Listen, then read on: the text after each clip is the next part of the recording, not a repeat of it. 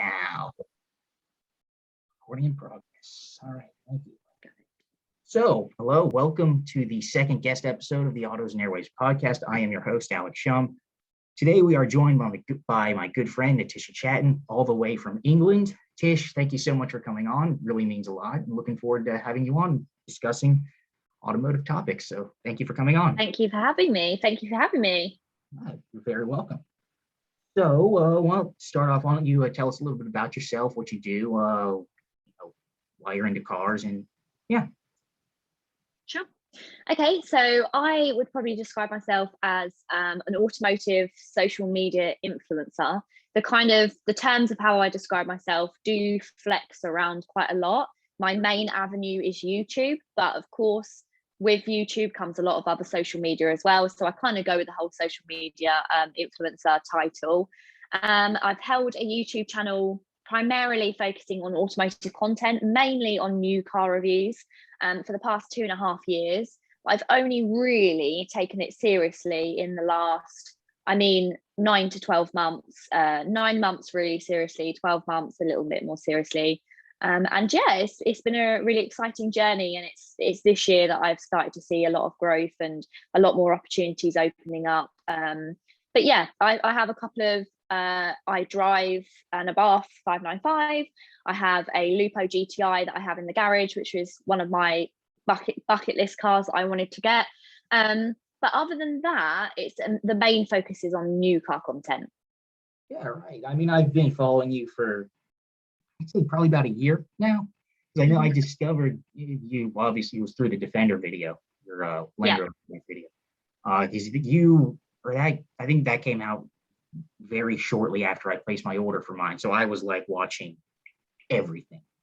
Sure, and that was one of the things that came up, and I was like, I looked at someone, I was like, okay, this person knows what she's talking about, and I'll follow her, and here we are. But yeah, no, I think definitely in the past year or so that I've been following you, you've definitely grown a lot, especially in the past few months. That's been exponential. Yes, massively, yeah. I know also you started out working for another YouTube channel. You want to maybe discuss that real quick? We can talk about it. Yeah. Sure. So most recently, only in the last month, I've started working for another YouTube channel called Electroheads, and I'm doing exactly the same as what I do for my channel, so new car reviews. But of course, being Electroheads, it's primarily, it's solely EV content. But they have a little bit of a niche where most of their content is more around other types of mobility. So they do the electric scooters, the electric skateboards, all the cool stuff. And then they really wanted to get me on board to do the bulk of the car content. That's awesome. Yeah, congratulations on that. I've seen a couple of your videos on that. It's kind of the same thing that you've always been doing, but a little bit more, I guess, for lack of a better term, professional. And I'm not saying you're not professional, because you're not unprofessional at all, but it's just kind of more of a, I guess, media outlet vibe. More. Absolutely. Well, that was the conversation we had when Electroheads took me on. And originally they said, we want you to do exactly what you're doing for your channel for us, including the filming, the editing, the storyboarding. And I said to them, that was kind of my decision as to whether I was going to go with them. As I said, I'm happy to do everything. I'm happy to script, plan, film, but I would like somebody else to edit them, just because I feel that with my channel, I still have a full-time job. So with editing, a lot of the time, I do enjoy editing, but most of the time it comes to just putting it together and it gets out there. Whereas I really wanted, even for my own benefit, I wanted to see somebody else put another element into it. So yeah, they elevate it that much further by adding in just like jokey cartoon bits, and I love that. I think a lot of the time as well, like I said to them, like, please take the mickey out of me, like make, like, I don't mind, I'm happy being a joke. Like if I say something you find funny, like please find a way to twist that, and that's what they do, and I really like it, actually.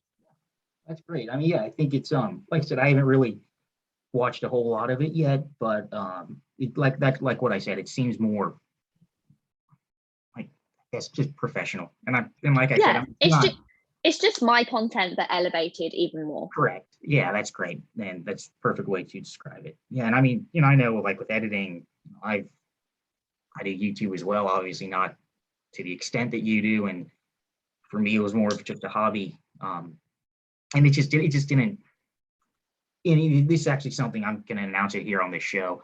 I was going to announce it a couple of weeks ago. I, you know, put it on my story on my Instagram story just to put it down 30 seconds later.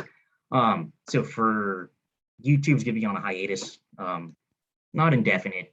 Videos will be out, but it's just I don't have the time. For me personally, I struggle to get cars to film. You know, Yeah. film my friends' cars, but that's not going to work. You know, some dealers would let me do it, but I just don't really have the time. You know, I have a full-time job as well. It just doesn't work. So I'm kind of putting my efforts toward this because Sure. I've only done 2 episodes and it's actually taken off way more than I was ever expecting, which is great. And the fact that I can all I need to do is talk to myself or talk to a guest and hit record, and you know, when we're done, and that's there's almost no editing to that. And it's just kind of, you know, it's the same thing, kind of as YouTube, but it's just, yeah, so for now on, it's going to be on a brief hiatus until, you know, occasionally you'll see a video, but again, like I said, for me, it's a hobby. It's not a job. I don't make money off of it, neither with this, but it's just something that I needed something in my life to just do, because Yeah. I won't get into that whole sad story, but so let's actually move on now to the cars and bids segment. I'll let you talk about the car that you chose. I'll pull it up. So let's see.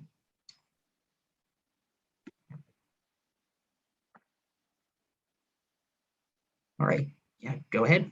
I'm going to share my screen so you can start talking. Sure. So I know that you weren't surprised at what I picked.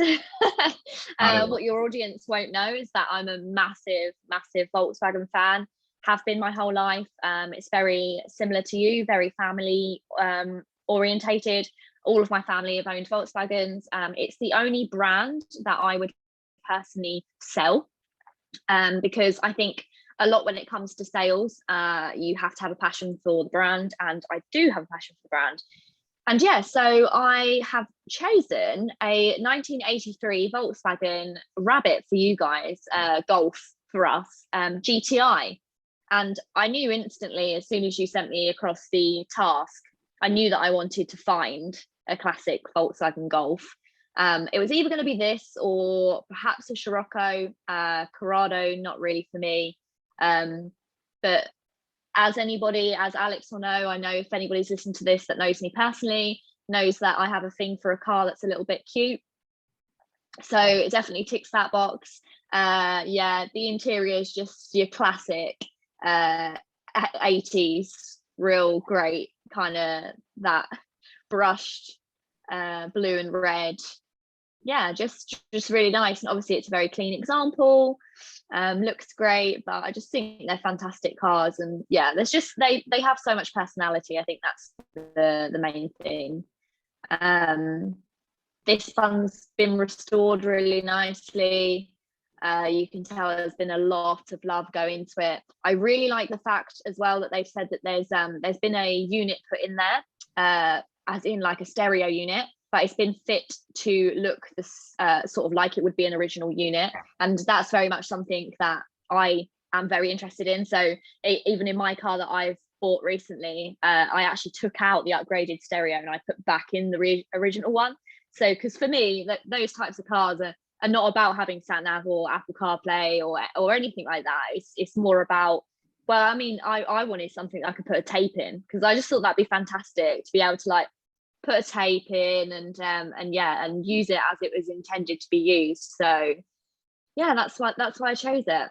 Yeah, I think you made a great choice. It is a lovely example of a Mark I GTI. I mean, and like you said, someone put a lot of time and effort into making this thing look great. I mean, there's some little rough patches, but that's to be expected. on a car that's almost 40 years old, but it is really nice. And it went for almost $20,000. Yeah. So it really is. Someone did a great job. I don't know. Early GTIs are not really my forte. Hmm. Seats look awesome, but I love me the plaid. Yeah. Oh yeah. You can't beat Chikara. You can't beat Chikara. So I actually had this discussion. So I went to a GTI festival this weekend, and I actually got chatting to a guy who had a very, very, very nice new Golf GTI. But he'd got the colors spot on. So he'd wrapped it in like an army tactical green color. And it just really went so well with the green and the golds, and tied in with the reds that you get on the GTI. And I was saying to him that when I used to work at Volkswagen, if a customer came in and said to me, I'd like to buy a GTI, and then they'd say to me, oh, but I don't want that horrible tartan, then I'd be like, you don't want a GTI. That is part of the heritage. You cannot come in and tell me that you want a GTI, but you don't want it to have the Chikara interior. So kind of speaking of that, Volkswagen in Europe is very different than Volkswagen here in the US, especially when it comes to, trim levels and what Sure. that you get. So here in the US, they're all a lot cheaper than, Yeah. I mean, I know when, another one of my favorite YouTubers, he because it's interesting. Sometimes Volkswagen and Porsche press cars here in the U.S. are German cars. They bring them over here as press cars. And I believe that's because I think the Cayenne that you drove was technically a German spec, right? It was, yeah. So, in the GTI that he drove had a sticker price of I think it was like 48,000 euros. Which I don't know what the exchange rate is, but that's a hell of a lot of money. Here in the US, they just announced pricing for the Mark 8 GTI. There's 3 different trim levels. There's like S, SE, and Autobahn. S starts at like 31,000. Okay. Like the only one you can get with a plaid, and it's the base model. And it's, I see. That's what they do here in the US. If you want like the plaid interior, you have to get the base model. Yeah.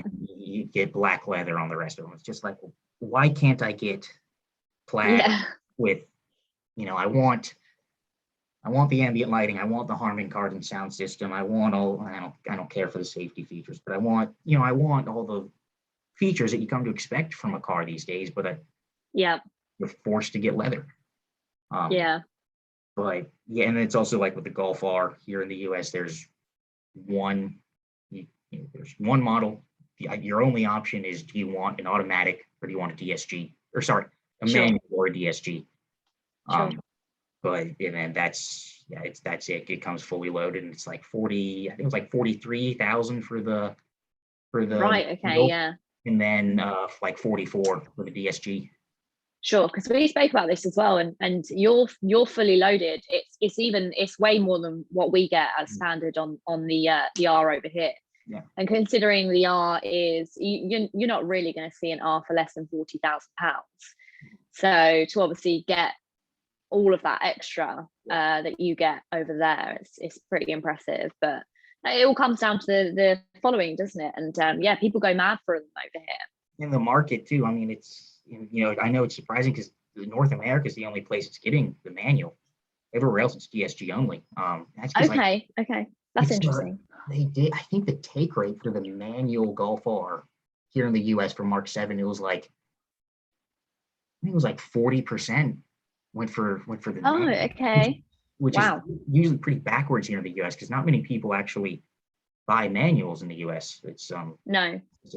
Europe has always been where everyone gets a manual, obviously developing countries, but when it comes to performance cars, and it's also like the new 911 GT3, the 991.1, when that came out, it was only PDK, and then they did the mid-cycle update, the 991.2.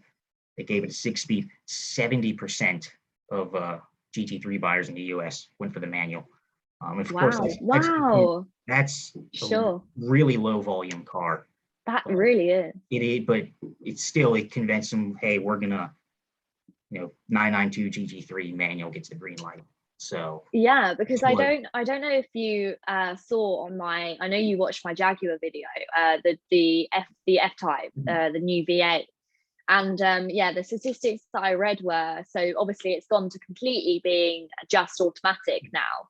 And obviously people were heartbroken about that. Some people will complain, but actually in 2019, they sold 11, just 11 manual F-Type, F-Types with a V8. And No, it just, yeah, goes to show it's crazy. actually, no, that was the manual was only on the V6. It came on the base V6. And Okay, then, yeah. and actually, speaking of that, so that's a perfect transition. Let's move on to the car I chose, which, surprise, surprise, is a Jaguar F-Type. Yep. It is actually a V6. Let's see, share screen. So I went for this, the 2014 F-Type V6S. This was actually the first year for the F-Type. It's 2014. It was only offered as a convertible. The coupe came in 15 along with the R. So in 14, you had base V6, V6S, which is this one, and then you had the V8S, which then was dropped for 15 in favor for the R. It is in the perfect color combination. The British Racing Green Metallic with the camo interior. 31,000 miles. And even though it's the V6, it still sounds incredible. The exhaust, I mean, Yeah. it's the V8 obviously is better, but the V6 really is it's a good engine. It's the same engine I have in my Discovery, but I mean, this is just, it's perfect apart from, I don't know what the hell this is. Someone decided to put fake carbon. Whoops, fake carbon. Like, no. It's the interior. I take it obviously with it being the auto. Is it the standard? Nobody's stuck anything on top of it. No, that's usually what I find when when we get any cars coming to stock and people stick the carbon on top of the gear selector. There's fake carbon on the cup holder cover. Okay, yeah. Oh, that looks like it's it. I don't see anything else. No. That's good then. You see, if I bought that, that would come off immediately. Real quick about this car, it's very well equipped. It's got the Vision Package 2 that gives you a lot of safety features, auto high beam assist, front rear parking sensors, reversing camera. This was before reversing cameras were the law in the US, blind spot monitoring, and reverse traffic detection. Has the Premium Package 2. It gives you 14-way power adjustable seats, auto dimming exterior mirrors with power fold, smart key access, dual zone automatic climate control, home link, garage door opener, and a wind deflector. Has the climate package, which is heated seats and heated steering wheel. Has the, I mean, you don't need it in this car, but if it was me, I would get it because I'm kind of an audiophile. Has the 770-watt Meridian surround sound system. Really, really good audio system. Has the adaptive dynamics, so the adaptive suspension, active exhaust, of course, satellite navigation. Has the extended leather pack as well, which gives you leather on the dashboard and on like the top of the doors and bottom of the doors. It's a really nice, really nicely spec'd out car. And it has the optional 19-inch wheels, which are, I could take it or leave it, but they're not that bad. But it is a really nice car. It's a really, I've driven plenty of F-Types. I've driven the V6. If I got one, I would be happy with the V6, but just knowing that the V8 exists, kind of makes you second guess yourself. But yeah, so that is my car. So let's actually move on to something that you wanted to talk about. That would be kind of the whole thing going on with you have a fuel crisis, I guess. Yeah. I thought obviously with a lot of your audience being American, that might be quite an interesting topic because it's something, of course, that's not going on that you may not be aware of, but it's kind of what we've been living through at the moment, really, which is I mean, the UK is kind of a bit of a laughable place at the moment. It's just a hot mess. With leaving the EU and Brexit, just everything going on. We're a little all over the place. But it was more I kind of wanted to talk to you about I guess my conspiracy theories of just how I feel like a lot of things are lining up at the moment, and it seems one of those things where it's hard to ignore that it feels like everything's lining up very, very conveniently in the UK right now. Yeah, to go. To be honest with you, I don't know a whole lot. I really. Yeah, I mean, let me actually before you tell me, this is what sure. I kind of, based on everything that I've seen, I follow a lot of people in the UK. I actually do have some extended family over there that I don't actually really know, but yeah, it is. This is what I think, or this is what I kind of got from it. It was the media, yeah, scaring people into thinking there was a fuel shortage when in fact there was not.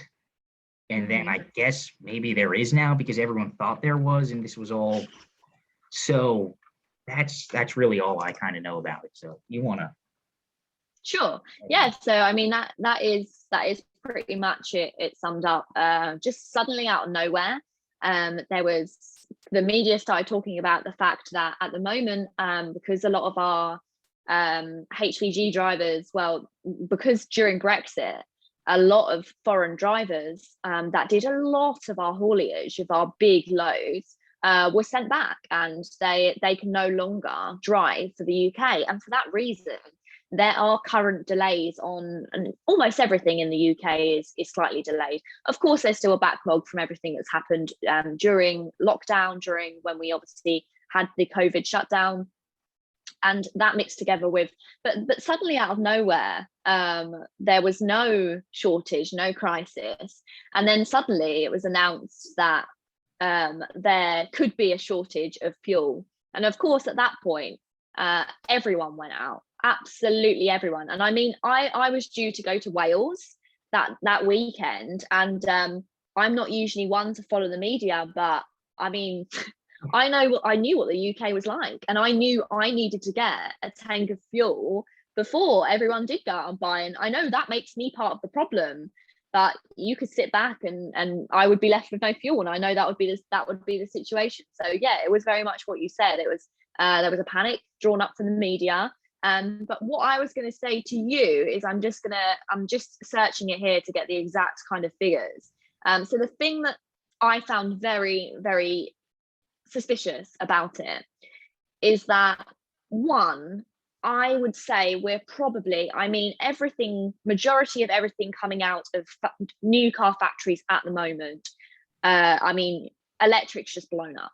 Especially in the UK, it's huge. And I mean, you don't even hear about new petrol cars coming out. It's all electric. Everyone's bringing out these electric. It's everything's focused around electric. And of course, there are still some run out of petrol cars coming out, and a few that we're still getting excited about. But the majority of what's coming through is electric. And I think we probably are 12 months to 18 months towards 90% of things coming out of the factories being electric. Now I think it says, so it says here, so car sales website Auto Trader has reported that there was a huge spike in demand for electric cars during the fuel crisis. It went up by 61%. More people were searching for electric cars during the fuel crisis. That paired together with the fact that you can't get a new car at the moment, it all just seems to be very suspicious to me. The fact that you can hardly even purchase a new petrol car if you wanted to order a new petrol car. It very much feels like, to me, they're really reducing how many petrol diesel cars are going into the market now, ready for when there is a free flow of them again. We're probably going to be in a situation where 90% of what comes out of the factories are electric. So yeah, it all feels a little strange at the moment. It's hard to ignore. Working in the industry, it's hard to ignore those facts. Yeah, I think it's interesting. I mean, that's a significant, spike in electric car sales and electric car, interest in EVs. And I think UK, or they said 2030, everything electric, no more ICE. Sure. I have a really hard time believing that. Yeah. I don't know. It's still 8.5, 9 years out. I just don't think a lot of stuff like this, politicians, and I'm not getting without getting too political, politicians Sure. say things, they make these just outrageous claims that they're going to do this, they're going to do this. And then, a few years before it happens, it quietly gets rolled back, a couple years and then maybe a couple more years. Especially, I don't know, I'm not very familiar with the infrastructure of the UK, but I'm pretty sure it's not really capable of charging every single, car being electric. I don't know if that's no way. And it's not, and even here in the US, which is a fucking huge country, we don't have the infrastructure for that. We don't. Our current president announced a couple months ago he wants, I think, half of all new vehicles sold by 2030 to be electric or, zero emissions. I almost guarantee that will be rolled back quietly a few more years. Yeah. Because at least here in the US, ICE will never be federally banned. It's just not possible in a place like this, or it's a national country. It's the vastness of it.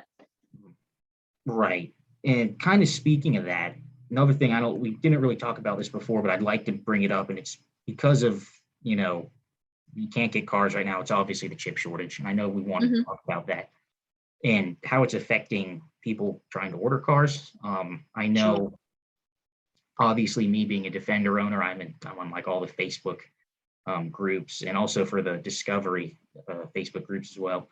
I'm really, really, really glad I placed my order for my Defender when I did a year ago. I bet. Because now it's, there's massive delays. I'm lucky I got mine exactly how I wanted it. I'm sure if I would have placed it 6 months ago, I would not be getting the car I wanted, because I know like there's stuff like the digital gauge cluster. If you are adamant that you want that, you can still keep it on your car, but it's going to take a year if you want that. So a lot of people are just saying, I'll skip that. I'll just get the normal gauges and get my car sooner. I know I couldn't. I actually prefer analog gauges, but in that car, I don't. I'm just so used to having the digital stuff now.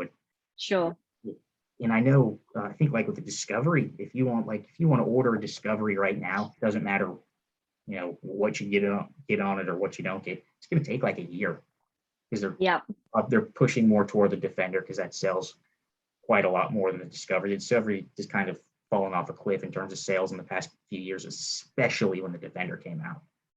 And it's not just Jaguar Land Rover; it's everyone. 100 miles south of me, Kentucky Speedway, which is a NASCAR track, there's like 10,000 Ford Super Duty pickup trucks waiting for transmissions because they don't have chips. 10,000 in the parking lot, just sitting there. And it's again, it's COVID. It's China is a big problem. Not being, getting into politics or anything. They're a big problem, and of course they make it, so they're getting it first, and it's just. But yeah, and I would like to kind of know your thoughts, being, in the auto industry, working for a dealer, what's it been like? What have used cars sales been like? Because I'm sure that's. Absolutely. Used car sales, it's absolute madness at the moment. It really is. I mean, it was a case of course, so I used to work at Volkswagen, coming up 3 years now, I worked at Volkswagen. And at the time, the general rule was kind of, you buy a new car on finance, say over 4 years. And we'd usually say to customers when they say, so if I'm in a 4-year plan, when can I change? And you'd usually say, well, you kind of have to reevaluate it as you go along. But it's likely, this would kind of be the spiel, it's likely when you get to the 3rd year mark, that's when you start to balance out between what you owe and what the car's worth. And it's then that you can start to look at changing your car. You may have a little bit of equity, you may be a little bit behind, but that's what the PCP is there for to do. If the market drops, then you're protected. If the market goes up, then you can put that towards another car.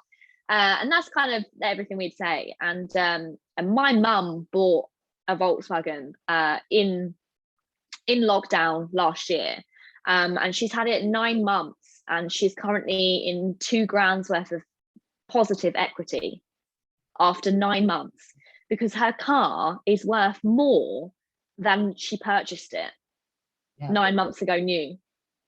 It's the same thing here. It's the same thing here.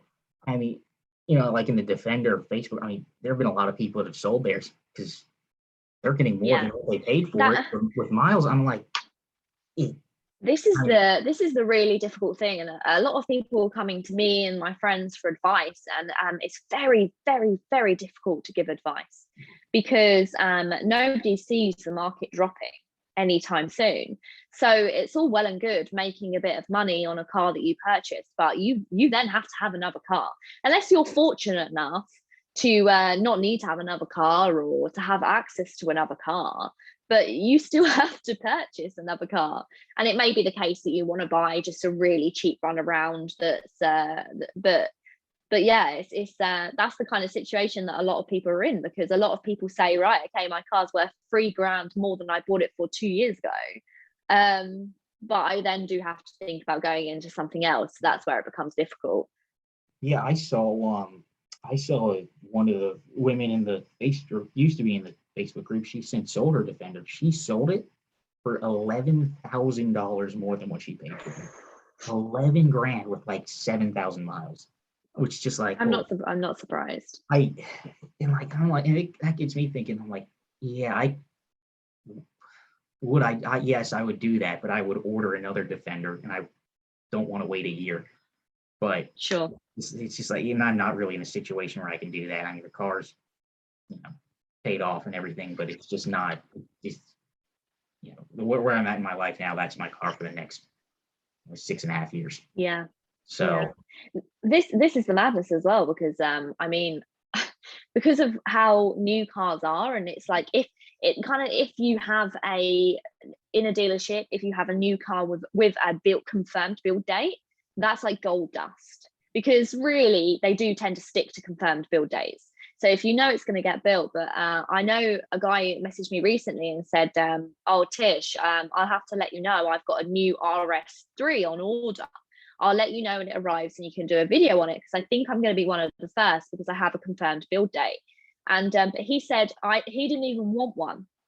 He said that his friend knew that he wanted a car, and his friend called him up and said, I know you're not even really interested in an RS3, but because I have one sitting here with a build date, if you put your name down for this car, you can either decide before it comes, you could sell your slot and make a bit of money that way, or he says, I can guarantee you take delivery of this car and it's not going to lose any money for the first 6 months. So I mean, but that's the madness of it. The people that have the money are snapping up these cars.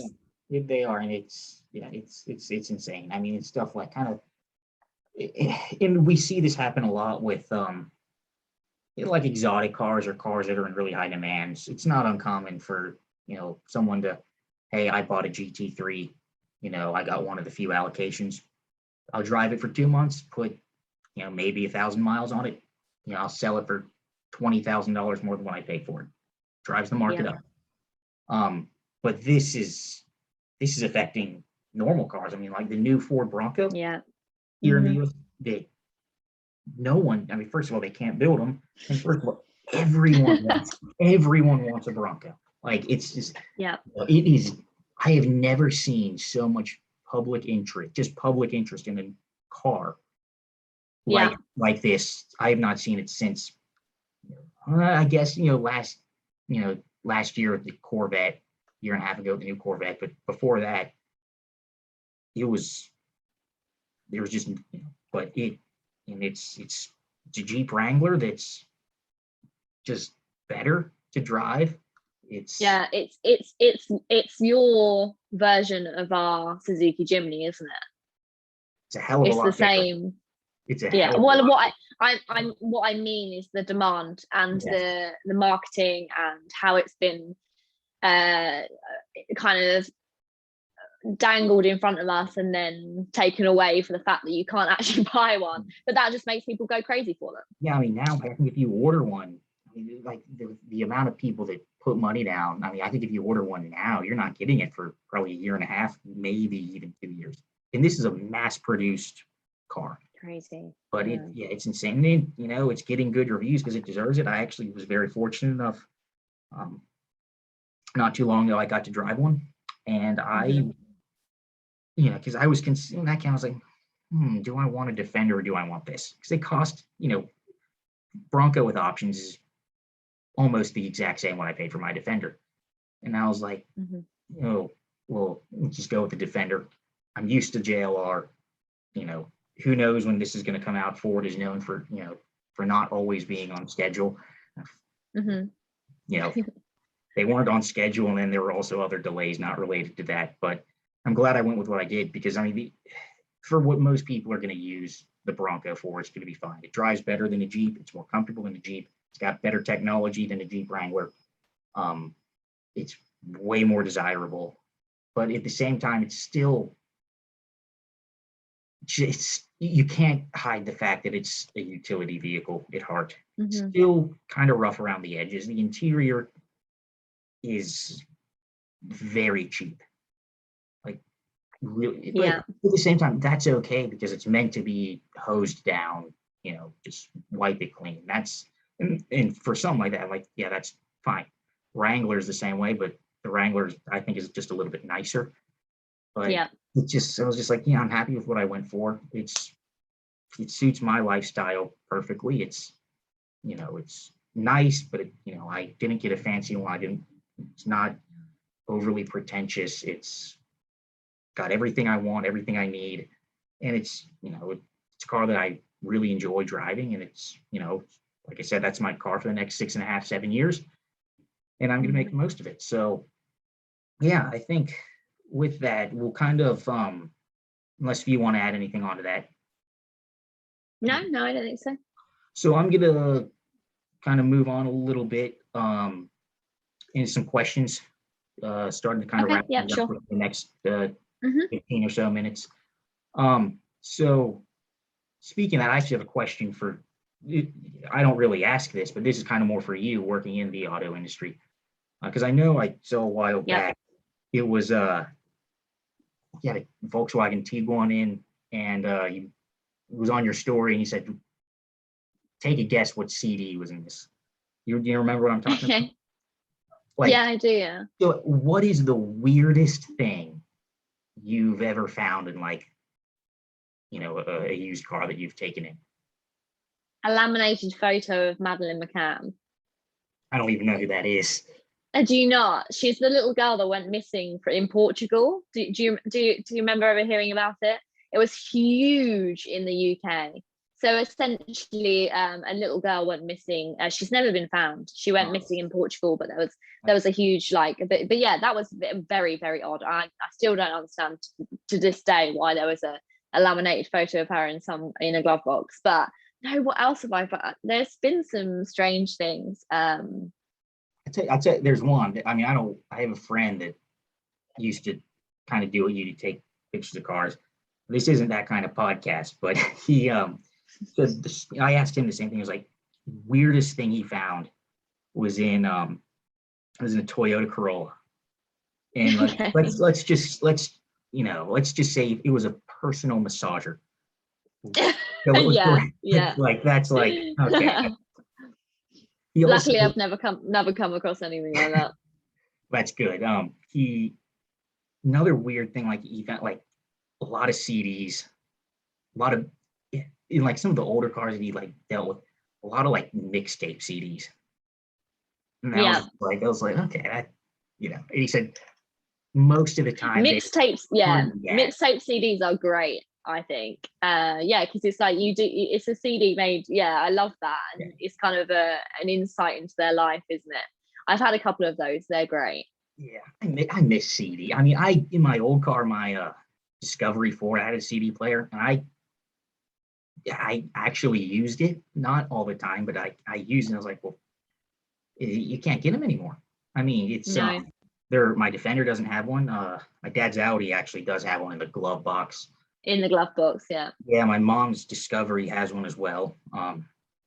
But yeah, I think, and I was looking at this. I was talking to another one of my Instagram friends who's actually local here. He has a nice little collection, and he was listening to some CDs in his Dodge Viper, and somehow there's some way like Porsche got brought up because he has a Porsche as well. He has a Cayman GT4, and I said it was like the last car with a CD change, like an actual like CD changer. You can put multiple CDs in it. Sold here in the U.S. as far as I know, was Porsche Cayenne and the Panamera. You could get it in that up until last year. Right. Okay. I was just like, yeah. Who buys that? Like, who would? I've got a CD changer in the Lupo. Yeah, I actually was driving. Today I had to get my lunch break. I had to go home. I drove my dad's old car, which he sold to the company. It's a GMC Envoy. You're lucky you never had to deal with any of those over there. That thing has a 6-disc CD changer. That thing's since 2006, and I'll be honest, like the amount of equipment that thing had. It's got a CD changer, but it has voice control, which was pretty uncommon in those days. Some like high-end cars had it, but not something like that. Has rain sensing wipers, which was pretty uncommon back then, especially in a mainstream car.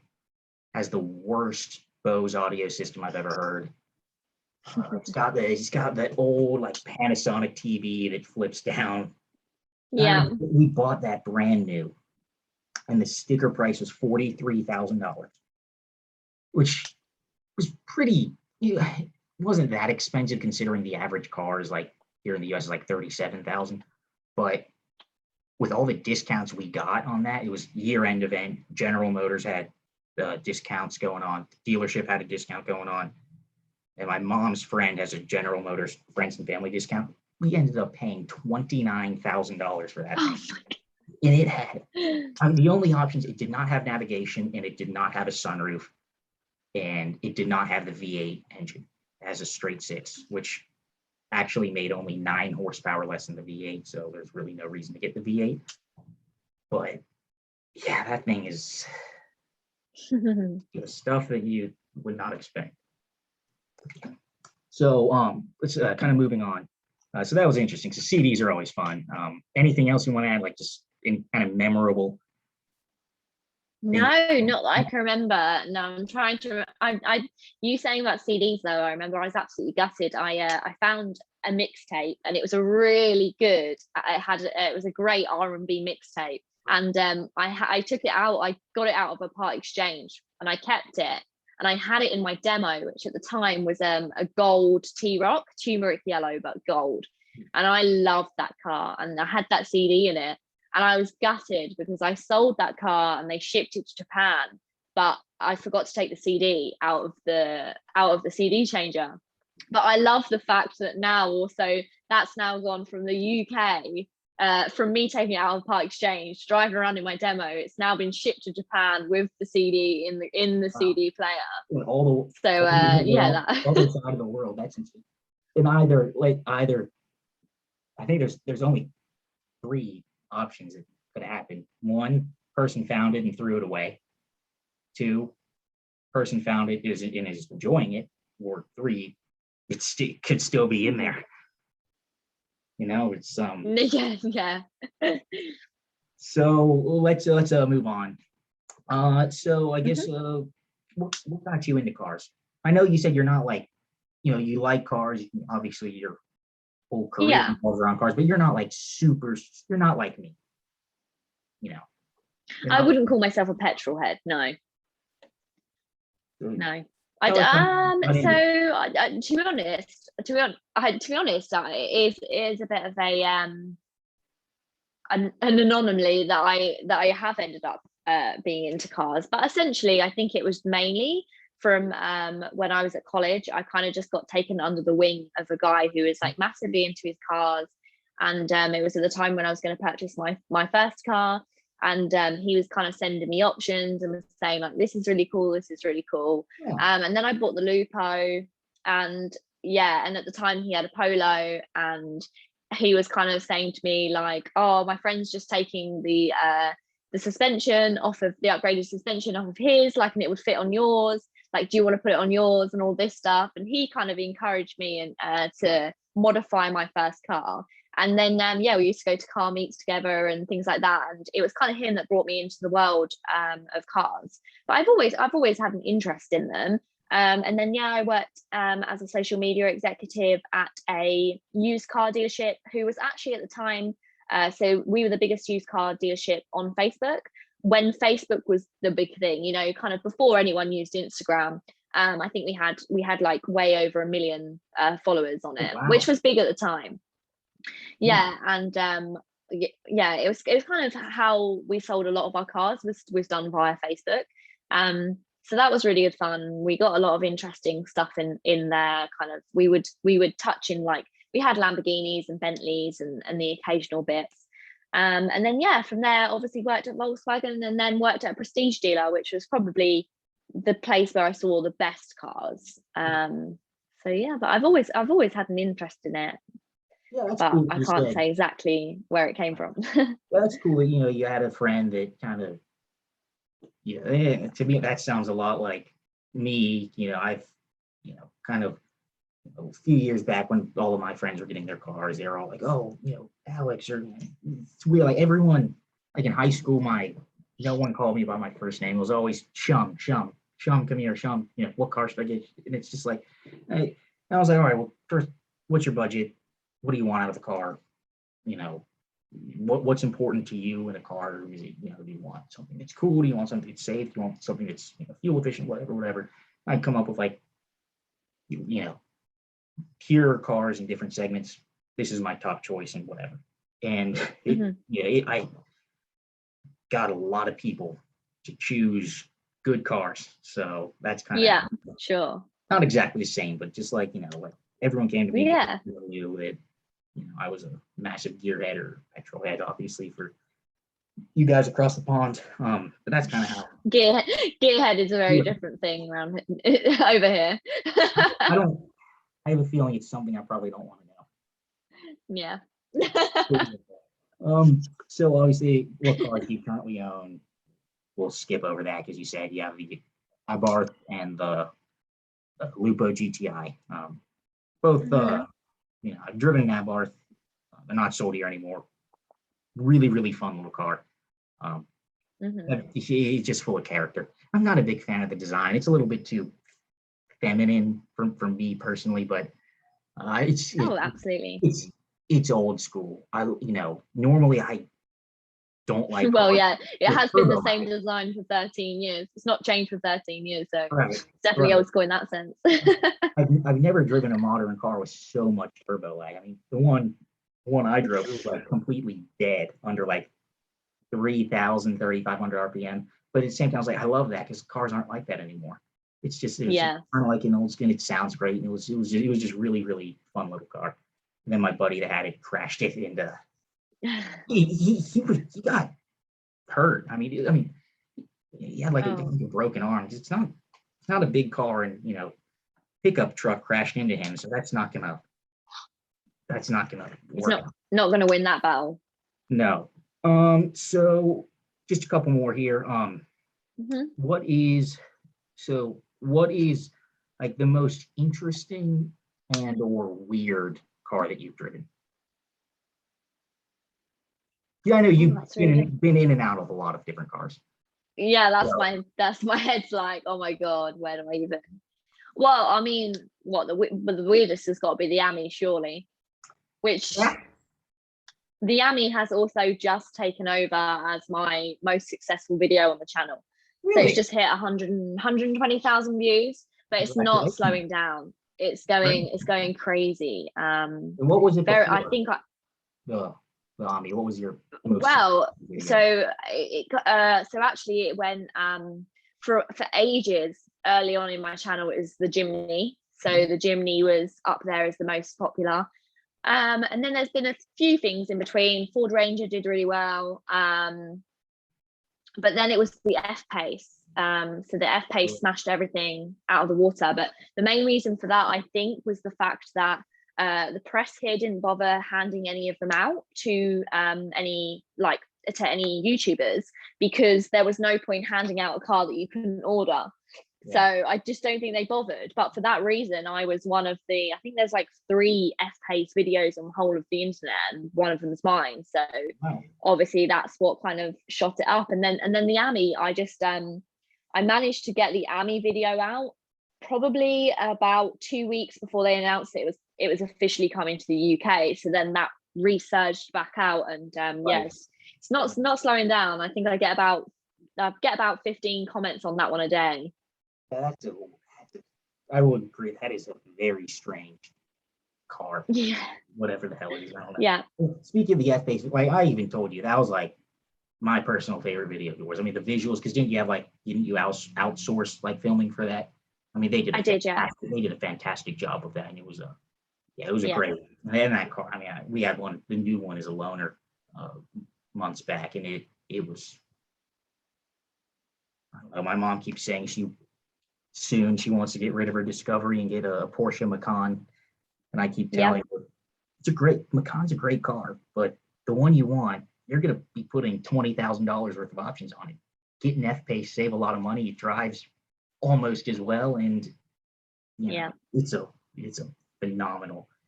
Never driven a crossover that is not too much different than the sedan or saloon that it's based on. Because I mean, it's because that's based on like, I guess it's more. It's kind of weird. It's in between like X3 and X5 size, but more toward X3.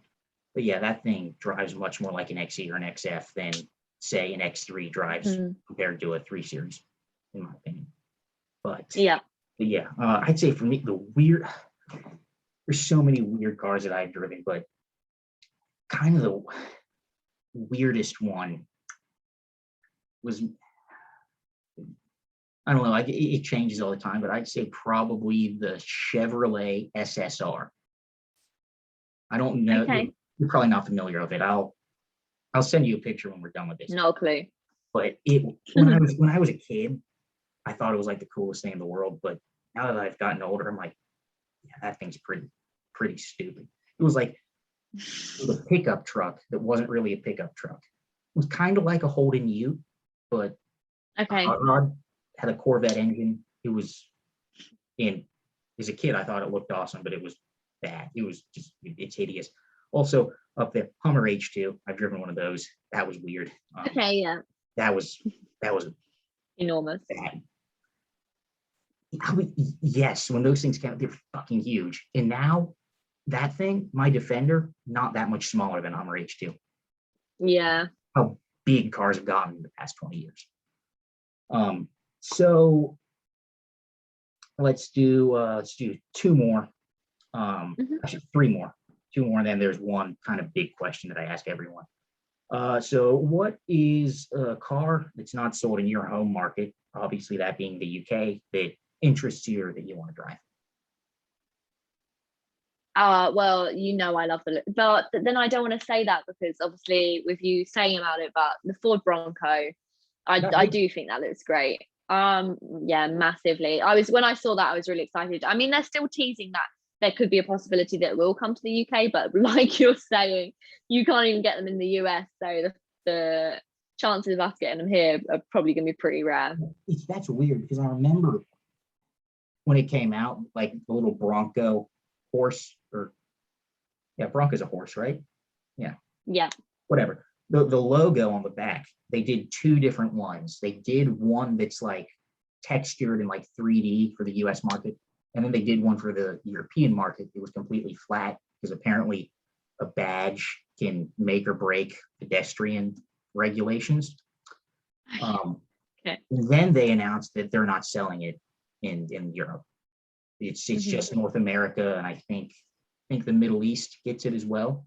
But so who knows? I'm surprised they're not selling the Bronco Sport in Europe. I think that would do very well. It's based on the Escape for you guys, the Kuga. It looks a hell of a lot better.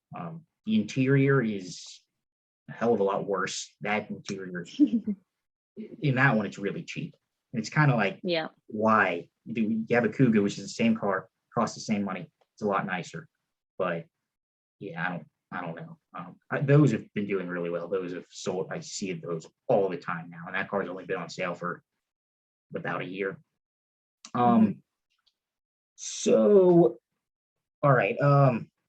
Dream car, which I know the answer to, or one of the answers to. You and I have kind of similar taste in cars. So, Yeah. So if you're, yeah, Jaguar F-Type are for me massively.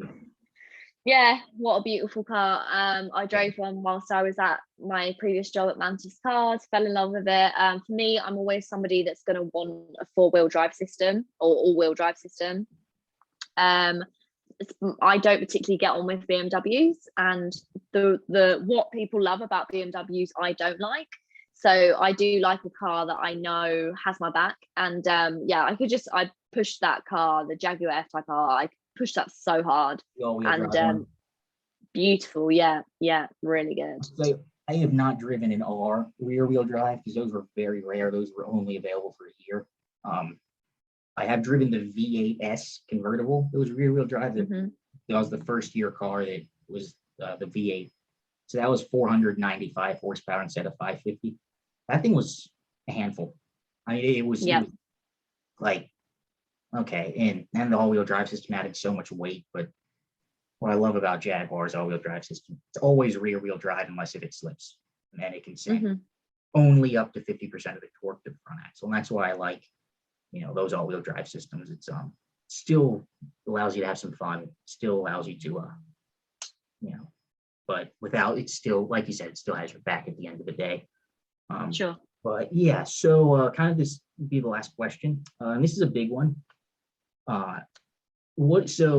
So far this year, you've driven a lot of cars. You've driven a lot of cars. You've driven a lot of cars that you fell in love with. I'm sure you've driven some cars that you did not like at all. So what is your car of the year, or the best car that you think you've driven this year up to this point? Still have 2.5 months left, but do you know what? Probably the Audi e-tron GT. That's a solid choice. And to be honest with you, I think this might, I don't know if you listened to my first one, but I did say in that, and I think this might surprise you. I think, honestly, the car that shocked me the most this year that I was so impressed with was the Porsche Taycan. Yeah. Which is obviously the same platform as the e-tron, but sure. It was first and foremost a Porsche, and then it was just happened to be electric, and I really was blown away. I mean, that is the car that I came this close to being an electric car convert. Still can't do it, but and also up there, I know, we talked about this a long time ago, was the Mach-E. That was blew me away. I know you didn't feel quite the same on it, because I still don't think you had the proper Mach-E experience. No, I think that was that was the issue, is the difference between the American and the UK spec. And yeah, I think the one I drove was just so dulled down. That was what I disliked about it. It was, and I didn't even drive. Mine was the all-wheel drive, the big battery. So it was like 346 horsepower. It was 0 to 60 like the mid-4s. Not like brutally fast, but quick, really quick. And I know the GT is right around the corner, and I'm gonna book an appointment to test drive that, and I am dying to. Sure. One word, Magna Ride, or 2 words, Magna Ride dampers, change everything. I'm a big advocate for that. But that's kind of my, that Taycan Turbo was mine. I think I would be very interested to know, to see how you would feel about the Audi e-tron GT as well, because driving the Audi e-tron GT, I really didn't think anything could make me want to choose. I don't know why anyone would ever want to choose an Audi over a Porsche. I didn't get it. And then I sat in it, and it was just the difference in, but I guess that is kind of the ethos of both companies. The Porsche is very much about like comfort, enjoyment, It's very like modern, very, very clean, very comfortable. The Audi was more a driver focused car. Really? And that's kind of what I loved about it. It was the fact that from sitting in the Taycan, like obviously I loved it, it was beautiful. And then you kind of sat in the Audi and just like you're tunneled in straight away. Everything's really like tunneled around you. And I know sure. exactly what you mean. Yeah, I still when I was at driving all the Q8s with my buddy, they had one there, and it was in the showroom. They couldn't really take it out to drive, but I know exactly what you did. Sitting in it, it felt more driver focused than the Porsche, which it did, yeah. you would think it felt the Audi e-tron GT felt like a performance car, whereas the Taycan felt like a luxury car, as it should. Yeah, but that's what shocked me. I don't know. I think I might down the line, hopefully sometime soon, I can make arrangements for that and see the difference between those. Because I know that obviously the Taycan will still be faster. Because it's the Porsche, you can't. It's a bit of a social no-no with Volkswagen. You can't really make anything faster than the Porsche or the Lamborghini. But yeah. So I guess last thing, what's the worst car you've driven this year, if you can say that without having anyone yell at you from whether it be press. Yeah, no, the worst. I mean, I'm literally at the moment, I've got like thousands of cars rolling. I mean, you've got a better memory than I have. Can you remember anyone that I particularly moaned about? I didn't like the Mackie. Mm-hmm. But I feel like I can't hate it. It was kind of like what I was just disappointed. Yeah, I was just disappointed, but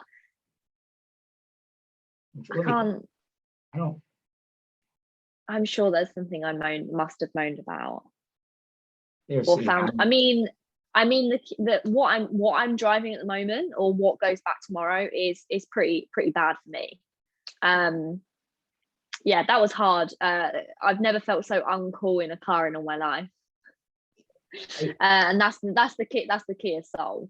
And I agree with you, but objectively, at least here in the US, that's one of the cheaper cars you can get here in the US. I think for the money, forget what it looks like, because we can all agree it's hideous. That's one of the best cars you can get, like for that kind of money. In terms of essentially, that's what I say in the review, and I think I summed it up pretty well in the review of saying the Kia EV Soul reminded me a lot of your favorite pair of trainers. They're no longer in fashion. They're not cool.